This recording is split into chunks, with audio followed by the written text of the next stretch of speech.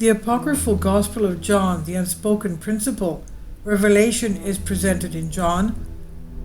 One day, as John, the brother of James, sons of Zebedee, was going to the synagogue, a Pharisee named Arimaeus came to him and said to him, "Where is the teacher whom you followed?" I answered him, "He has returned to the place from which he came." The Pharisees then said to me, "This Nazarene deceived you, lied to you, closed your hearts and minds, and led you away from the traditions of your forefathers." Comments prove that Christ did not speak about the God of Yahweh. And when I heard these words, I, John, left the temple and went to a deserted mountainous place. I was very distressed, saying to myself, "So how was the Savior chosen? Why did his Father send him into the world? Who is his Father? What kind of age and kingdom are we going into?" For although he himself told us this kingdom is the model, the prototype, and the incorruptible one, he did not want to teach us about it. And suddenly, while I was contemplating these things, the heavens opened, and the whole of creation shone with light from above, and the world shook. I was scared, but then in the light I saw a small child who appeared in front of me. As I continued to look at it, it became an old man, and then it changed again, became a young man. I did not understand what I had seen, but it was as if the one form had several forms in the light, and one penetrated the other and looked like a trio. And that image said to me, "John, why do you doubt and why are you afraid? Don't you know this picture? Do not be afraid. I am with you always. I am the Father. I am the Mother. I am the Son. I am the incorruptible and the undefiled. I have come to teach you about what exists, what has been, and what will be, that you may know what has not been revealed as well as what has been revealed, and that I may teach you about the invisible and the visible world, and about the unwavering race of perfect people. So lift up your head and understand my lesson.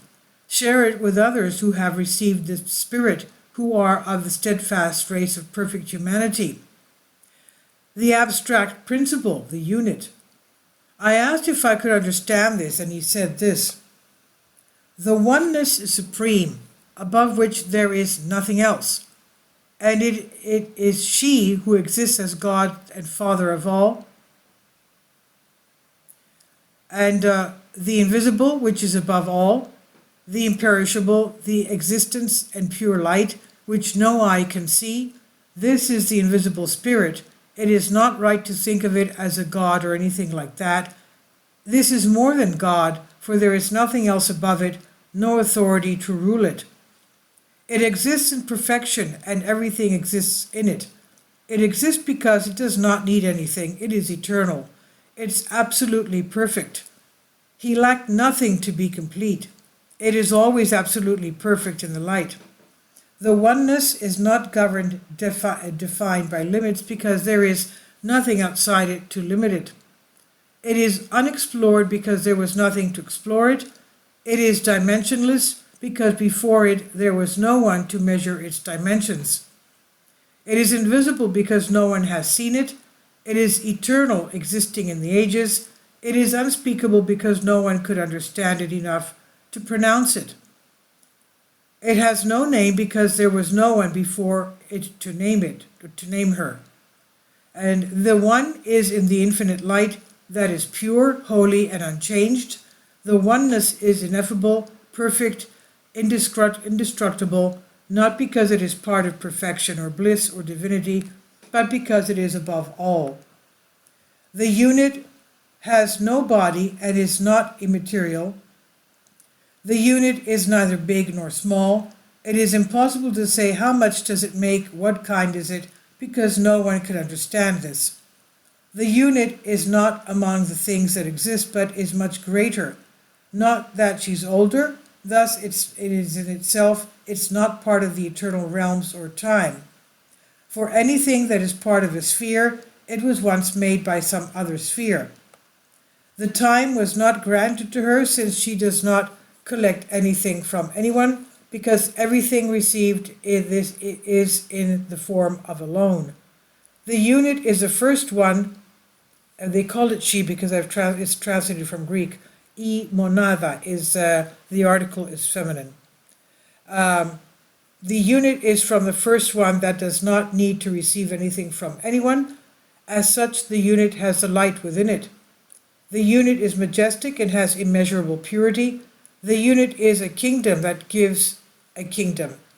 It is life that gives life. It is the blessing that gives the beatitude. It is knowledge that gives knowledge. It is the good that gives kindness. It is mercy that gives mercy and redemption. It is grace that gives grace.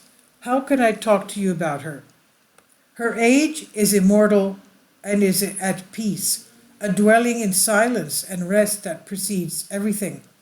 She is the head of all ages and kingdoms, and it is she who supports these kingdoms through her goodness. I will not, it's not meant to know what the ineffable is. We could not understand what the immeasurable is if it had not come from the Father. It is this unit that has said these things only to us. It is neither incorporeal nor incorporeal. It is neither great nor insignificant. One cannot say what its quality or what its quality is, because no one can know it. It is not perfect, it is not blessed, it is not divine, but higher than these. It is not one of the existing ones, but it is far superior. Not that it excels others, but in that her essence belongs neither to the ages nor to time, because whoever belongs to a century has been created. The perfect is majestic, he is pure and indescribable. It is an age that begets ages, a life that begets life, the blessed one who gives blessings, knowledge that gives knowledge, kindness that gives kindness, the mercy that gives mercy and redemption, the grace that gives grace, not only because it owns them all, but because it offers endless and incomprehensible light. And this is edited of the from a Greek article. The Unexplained Truths. Please leave your comments, and thank you for your support. Please support my Patreon account. The daily posts are 5 videos daily, and they are totally different from what I have on my YouTube channel. Thank you so much for your support, and that you find all my content so interesting. You'll find the Patreon account details in the description box below.